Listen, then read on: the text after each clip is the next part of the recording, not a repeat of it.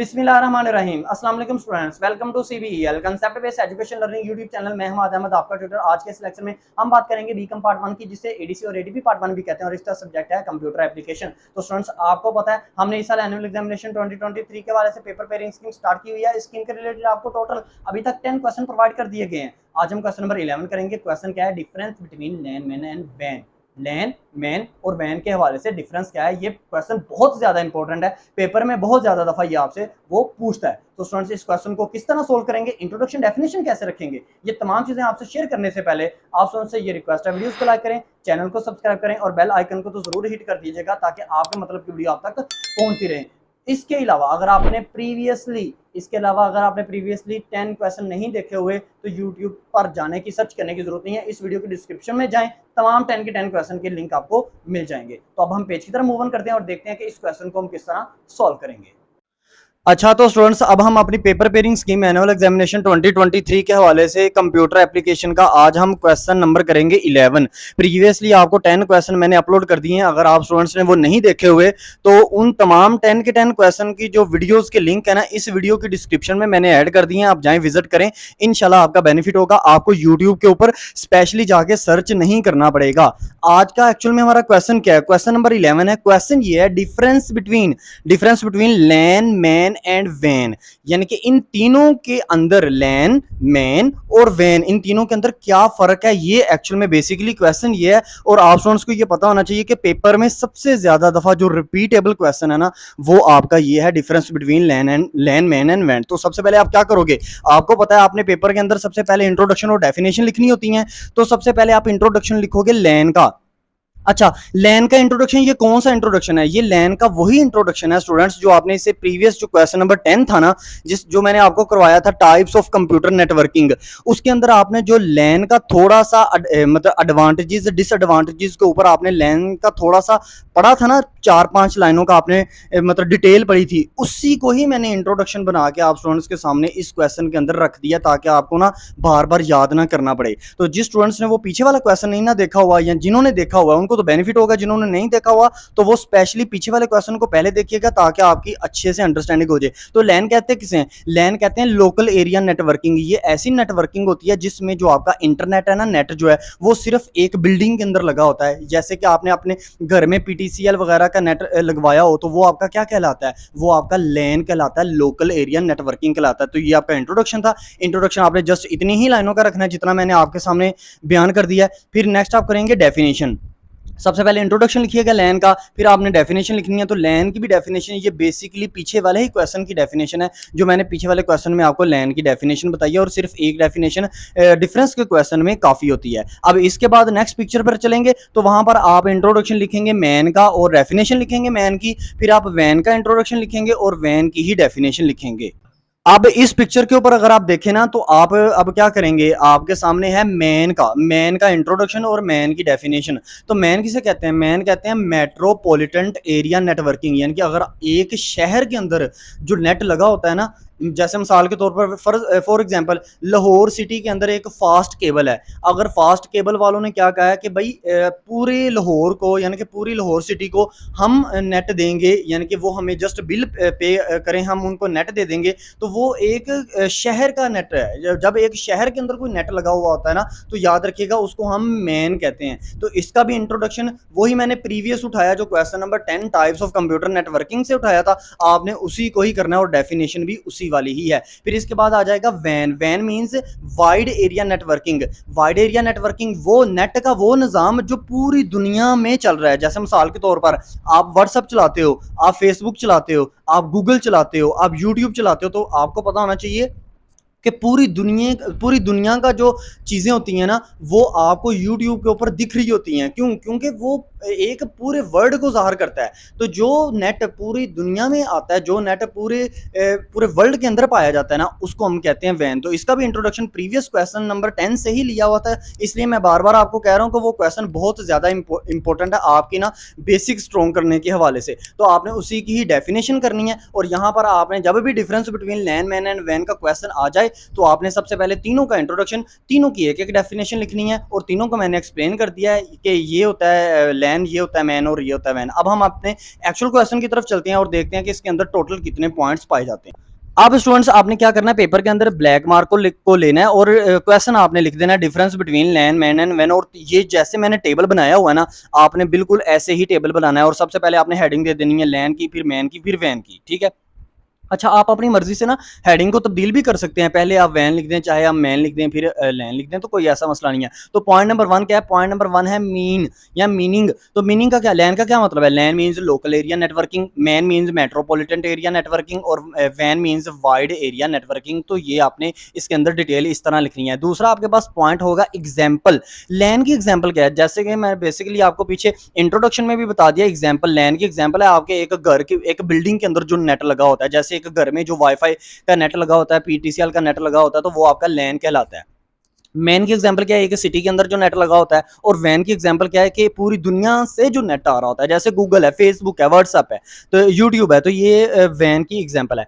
Point number 3 आपका होगा area, यानी कि लैन मैन एंड वैन ये तीनों कितना कितना एरिया कवर अप करते हैं। अब आपको पता ही है कि लैन जो है वो कितना एरिया कवर अप करेगा। अगर ये एक घर में लगा हुआ है तो एक घर जितना ही एरिया कवर अप कर सकता है ना, इसकी रेंज एक घर तक ही होती है। इसका एरिया जो महदूद होता है वो एक घर तक होता है। तो मैन का मैन कहाँ तक कर सकता है, उसकी रेंज यहाँ वो कितना एरिया कवर अप करता है, वो एक शहर का एरिया कवर अप करता है। और जो वैन है वो पूरी दुनिया को कवर अप करता है, पूरे वर्ल्ड को उसने कवर अप किया होता है।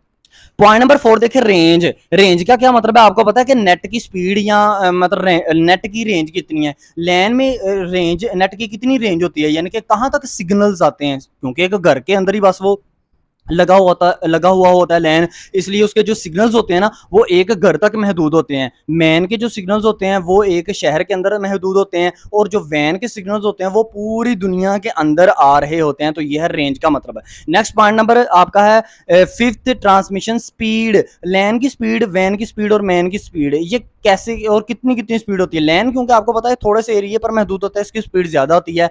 मैन की स्पीड उससे कम होती है। और वैन जो होता है उसकी स्पीड भी ज्यादा होती है, लेकिन बाज़ औक़ात ना सिग्नल्स के इशू आ जाए तो फिर उसकी स्पीड जो है ना वो कम या ज्यादा हो सकती है। पॉइंट नंबर 6 आपके पास है मेंटेनेंस।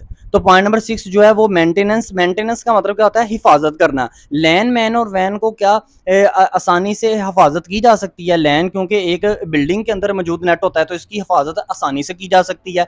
मैन मैन की भी आसानी से हिफाजत की जा सकती है, लेकिन थोड़ा सा ना यहाँ पे इश्यूज क्रिएट हो जाते हैं, क्योंकि एक शहर के अंदर पूरा नेट होता है ना, तो इसलिए वहां पर थोड़े से इश्यूज हो जाते हैं। लेकिन वैन की निस्बत जो है ना मैन, उसकी हिफाजत करना आसान है। लेकिन जो वैन है क्योंकि ये पूरी दुनिया से नेट आ रहा होता है, इसलिए बाज़ औक़ात ऐसा होता है कि कभी सिग्नल्स ड्रॉप भी हो जाए ना, तो वो फिर जहाँ पर इनके हेड ऑफिस वगैरह होते हैं ना वैन के, वहाँ पर इश्यूज क्रिएट हो जाए तो आप उसको रिजोल्व नहीं कर पाते। तो ये आपका था पॉइंट नंबर 6।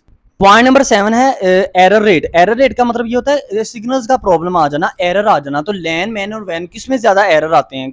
आपको पता है जो लैन होता है ना वो सिर्फ एक घर के अंदर नेट लगा हुआ होता है, इसलिए वहां पर स्पीड का इतना ज्यादा इशू नहीं होता। वहां पे सिग्नल्स के भी इतने ज्यादा इशू नहीं होते, क्योंकि स्पीड कम है, रेंज कम है, ठीक है ना। तो वहां पर जो एरर होता है आपके नेट को चलाते वक्त जो एरर होता है वो बहुत कम होते हैं। मैन में एरर लैन की निस्बत ज्यादा होता है, क्योंकि एक शहर के अंदर नेट चल रहा होता है और बहुत ज्यादा यूजर भी होते हैं पूरी एक सिटी के अंदर। और इसी तरह वैन जो है इसके अंदर जो एरर रेट होता है ये सबसे ज्यादा होता है, क्योंकि ये पूरी दुनिया से नेट आ रहा होता है ना। अब फर्ज करें फेसबुक जो है वो पीछे से उनके हेड ऑफिस से ही फेसबुक का निजाम खराब हो गया है, तो वो पूरी दुनिया के अंदर जितने मिनट तक वो फेसबुक का निजाम खराब रहेगा फेसबुक उतनी देर तक नहीं चल पाएगी। तो ये था एरर रेट का मतलब। और पॉइंट नंबर 8 है ऑनरशिप ऑफ नेटवर्क। यानी कि ऑनरशिप का मतलब क्या है? मालक। लैन का मालक कौन होता है? लैन क्योंकि फर्ज करें मेरे घर में नेट लगा हुआ है, बिल्डिंग के अंदर, मेरे घर के अंदर ही लगा हुआ है नेट, तो उसका मालक कौन हूँ? मैं हूँ। मैं उसकी ओनरशिप रखता हूँ। मैं जब चाहे उसका पासवर्ड तब्दील कर लूँ, जब चाहे मैं उसको उतरवा दूँ, जब चाहे मैं उसको उसका बिल वगैरह पे अप कर दूँ। तो कहने का मतलब यह है कि लैन की जो ओनरशिप होती है, जो मलकियत होती है, वो एक बिल्डिंग के अंदर लगा होता है। तो इसलिए वो जो यूजर होता है उसके उसके खुद की मर्जी के ऊपर डिपेंड करता है कि वो उसका मालिक है कि नहीं है। इसी तरह मैन क्या है? मैन क्योंकि एक शहर को कंट्रोल किया होता है, इसलिए इसकी जो ओनरशिप होती है ना ये यूजर्स के पास नहीं होती। और इसी तरह वैन जो होता है वो पूरी दुनिया का नेट होता है, तो इसकी भी जो ओनरशिप ऑफ नेटवर्किंग होती है ना ये भी गेन करना, हासिल करना बहुत ज्यादा टफ होता है। अब हम नेक्स्ट पिक्चर की तरफ चलते हैं और देखते हैं अपने रिमेनिंग पॉइंट्स। पॉइंट नंबर 9 है आपके पास यूजेज। यूजेज का मतलब होता है इस्तेमाल। तो जो लैन होता है उसका इस्तेमाल कहाँ कहाँ पर होता है, आपको पता है एक बिल्डिंग के अंदर नेट लगा होता है तो इसके इस्तेमाल एक से ज़्यादा लोग या 2 या 3 पर्सन ज़्यादा से ज़्यादा वाईफाई को यूज़ कर सकते हैं। मैन के अंदर जो बनिस्बत लैन से ज़्यादा लोग इसका इस्तेमाल करते हैं, और वैन के अंदर जो यूजेज या यूज़र होते हैं वो सबसे ज़्यादा वैन के अंदर होते हैं, क्योंकि एक पूरी दुनिया से नेट आ रहा होता है। तो ये था आपका पॉइंट नंबर 9। पॉइंट नंबर 10 है आपके पास सेटअप कॉस्ट। सेटअप कॉस्ट का मतलब ये होता है बनाने का तरीका, यानी कि देखो अगर मैंने लैन नेट लगवाना है, मैंने मैन नेट लगवाना है या मैंने वैन नेट लगवाना है तो मुझे कितनी कॉस्ट पड़ेगी, मेरा कितना खर्चा लगेगा। तो लैन लगवाने के लिए मुझे सबसे कम खर्चा लगता है, क्योंकि मैंने एक घर के अंदर बस नेट लगवाना है तो उसके लिए मैं मैक्सिमम ज़्यादा से ज़्यादा भी 5000 मेरा लग जाएगा। लेकिन फ़र्ज़ करो अगर मैंने एक पूरे शहर के लोगों को मैंने नेट देना है तो उसको बनाने के लिए मेरा जो खर्चा होता है ना, सेटअप कॉस्ट होती है, वो ज़्यादा लगेगी। और अगर इसी तरह वैन है, ये जो पूरी दुनिया से आपको नेट आ रहा है, गूगल, यूट्यूब, इसको बनाने के लिए सबसे ज़्यादा पैसे लगते हैं। आपको पता है ये जो यूट्यूब आप लोग तो चलाते हो कि पता नहीं यूट्यूब जो है वो इतनी ज़्यादा ईजी है, या इसके पीछे ये यूट्यूब को जो पीछे से आपको मतलब आप यूट्यूब के ऊपर सर्च करते हो ना कोई भी चीज़, तो पीछे से जल्दी जल्दी आपको रिस्पॉन्स आता है ना, वो पीछे मैक्सिमम भी लाखों के हिसाब से पीछे लोग जो है वो काम कर रहे होते हैं, जो आपको दिन रात फैसिलिटी दे रहे होते हैं कि आप जब भी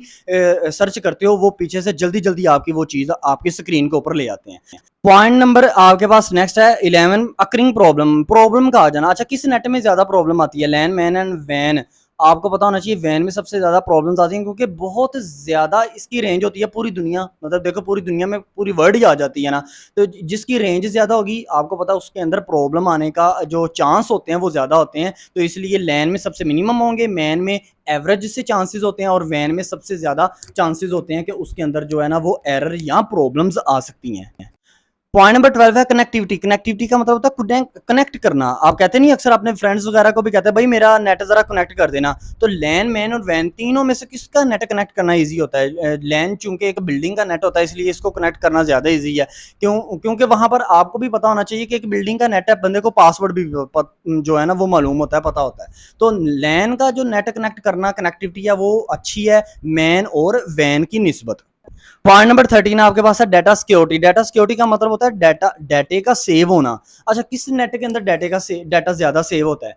मिसाल के तौर पर लैन, मैं अपने घर में नेट चला रहा हूं तो मेरा डाटा ज्यादा सेव है, क्योंकि ज्यादा से ज्यादा वो मैं देख सकता हूं या मेरे घर वाले देख सकते हैं, जो भी चीजें मैं सर्च कर रहा हूं अपने घर के अंदर बैठ के जो मैं लैन को यूज करता हूँ। लेकिन मिसाल के तौर पर मैंने घर में लगवाया हुआ है नेट मैन, जो पूरा जो जिसका सिग्नल्स मुझे भी आ रहे हैं और पूरे शहर के लोगों को भी आ रहे हैं, तो वहां पर जो मेरा मतलब जो मेरा डाटा है वो मेरे अलावा बहुत से लोग भी देख पा सकते हैं, क्योंकि वो जहां से मैंने नेट लिया हुआ है जो भी सर्चिंग करूंगा ना वो उनके पास चीजें लाजमी जाएंगी। इसी तरह वैन है, तो वैन में भी आप गूगल के ऊपर जो भी सर्चिंग करते हो आपको ये पता होना चाहिए कि पूरी दुनिया के अंदर गूगल चलती है, और गूगल के ऊपर आप कोई भी सर्चिंग करोगे ना तो गूगल के लोगों को पता होता है कि इस बंदे ने क्या सर्चिंग की है। तो ये है इसका मतलब।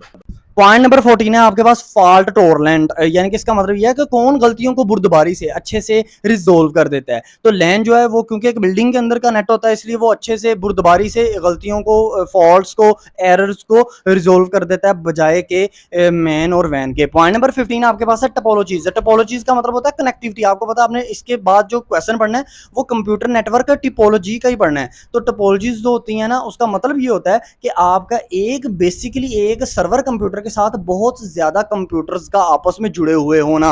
तो जो लैन होता है उसके अंदर जो टोपोलॉजीज होती हैं ना वो मिनिमम होती हैं बजाय के इसके मैन और वैन के। तो ये आपका था पॉइंट नंबर 15। पॉइंट नंबर 16 आपके पास है प्रोपोगेशन डिले, यानी कि किस नेट के अंदर जो डिले है वो काम में जो डिले है वो ज्यादा हो जाता है। तो आपको पता होना चाहिए जिसकी रेंज ज्यादा होगी, जैसे वैन है ना उसकी रेंज बहुत ज्यादा होती है क्योंकि उसके अंदर एरर्स आ जाते हैं ना, इसलिए लैन और मैन की निस्बत उसके अंदर जो डिले होता है ना काम में, सिग्नल्स में, चीजों में, जो सर्चिंग में डिले होता है उसमें ज्यादा आ जाता है डिले। पॉइंट नंबर आपके पास 17 होगा।